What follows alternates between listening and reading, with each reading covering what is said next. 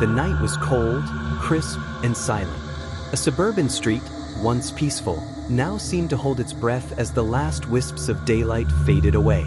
A single street lamp flickered in the distance, casting long shadows. And there, under its harsh light, stood Caleb Thompson, his hands shaking, his eyes hollow, staring down at the lifeless body of his former best friend, Jake Carter. Jake lay on the pavement, blood pooling around him. The blood was dark against the pale asphalt, almost as dark as Caleb's soul at that moment. It was the kind of scene that should feel unreal, but Caleb knew this wasn't a dream. It wasn't some tragic accident. This was his doing. This was his revenge. He wiped the blood off his hands with the sleeve of his jacket, trying to shake off the weight of what he had done. But nothing would wash it away. Not the blood. Not the guilt. It had all started with something small, insignificant, really. A small betrayal that had eaten away at Caleb, growing into something monstrous in his mind. And now, standing over Jake's lifeless body, Caleb realized something far more haunting. It wasn't the betrayal that had broken him.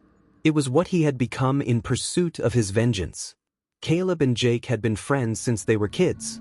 Growing up in the same quiet neighborhood, they had shared everything, from late-night talks to their first cars. Caleb had always thought of Jake as his brother, the one person who would never let him down. But everything changed the day Emily entered the picture. Emily had been Caleb's wife for 5 years. She was smart, driven, and beautiful, everything Caleb had ever wanted. And Jake? Well, he had always been there too, their friendship tight-knit, their bond unbreakable. Or so Caleb thought. It wasn't long before Caleb noticed the strange behavior. Emily and Jake began spending more time together. At first, it seemed harmless. A business project here, a casual meeting there. But soon it felt different. Caleb caught them laughing together too intimately, sharing looks that he couldn't quite place but could never ignore. He brushed it off at first, his own insecurities playing tricks on him. But something gnawed at him.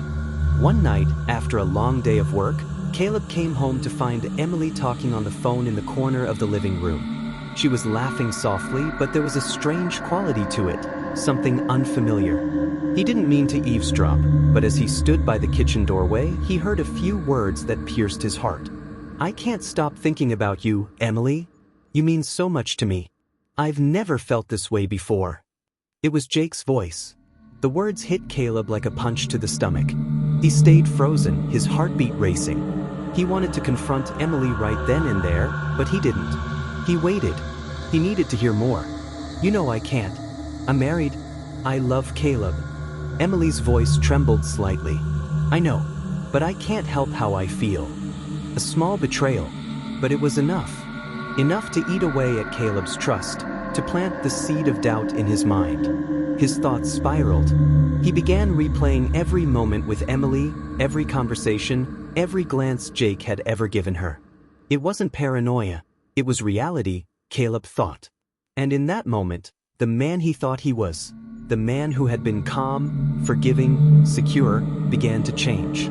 The seed of suspicion grew into a wild, uncontrollable weed that consumed Caleb's every thought.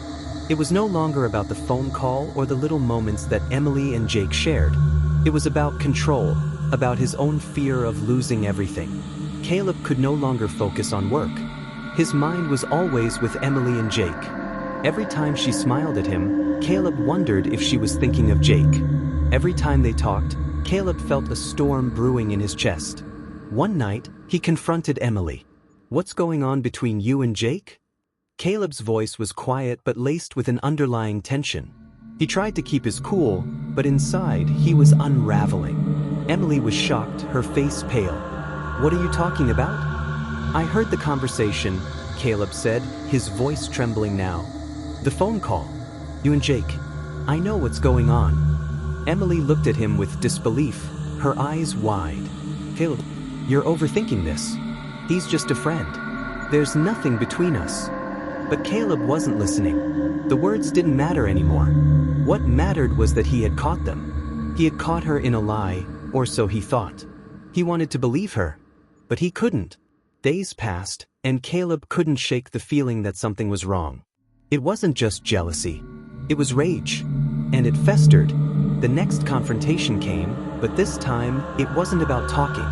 Caleb wasn't interested in hearing excuses anymore. He wanted revenge. Caleb's mind became a labyrinth of lies and anger. He couldn't stand the thought of Emily and Jake together, even if it was just his imagination running wild. His jealousy was no longer a flicker, it was a fire consuming him.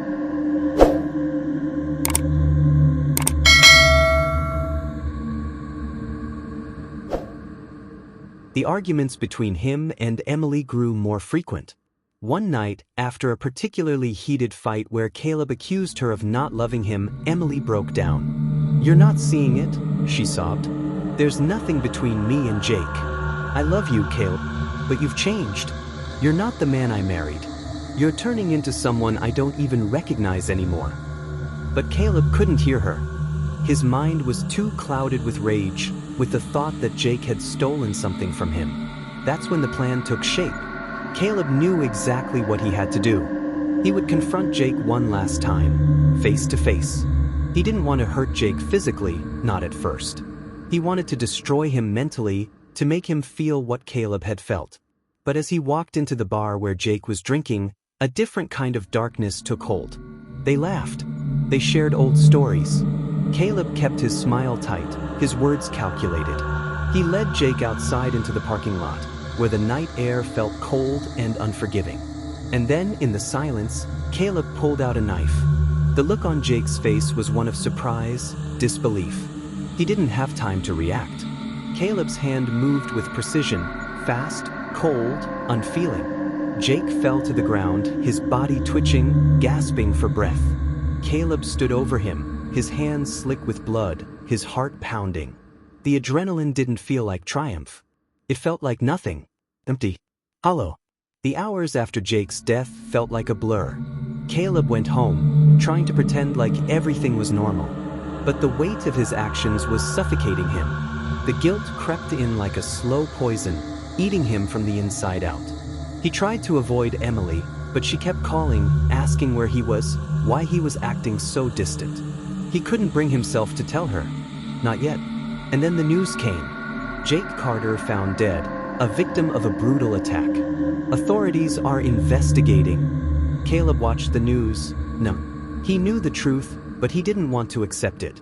The man he had been was gone, replaced by something darker. As the days went on, Caleb's mind became consumed with the thought, what if it was all in my head? He realized, too late, that Jake's feelings for Emily had been nothing more than a fleeting infatuation, something small, unimportant. Emily had never encouraged him, never returned his feelings. It had all been Caleb's twisted imagination. But now Jake was dead, and there was no turning back. Caleb couldn't escape the madness. The guilt gnawed at him day and night. He thought about turning himself in, confessing everything, but that wouldn't bring Jake back. Nothing would. His mind fractured. His sense of reality twisted. Caleb spent his days in a fog, unable to move, unable to think clearly. His life was a shadow of what it had once been, and he knew there would be no redemption for him. He had killed Jake for a small betrayal, but it wasn't Jake who had destroyed Caleb. It was his own obsession, his own inability to forgive. The story of Caleb Thompson is one of tragic irony. He set out to right a wrong, but in doing so, he became the villain in his own story. What began as a small betrayal turned into a tale of murder, regret, and madness. Caleb learned too late that revenge does not heal, it destroys. And in the end, Caleb's soul was the only thing that was truly lost. Don't forget to hit that like button and subscribe to this channel, so you never miss a story.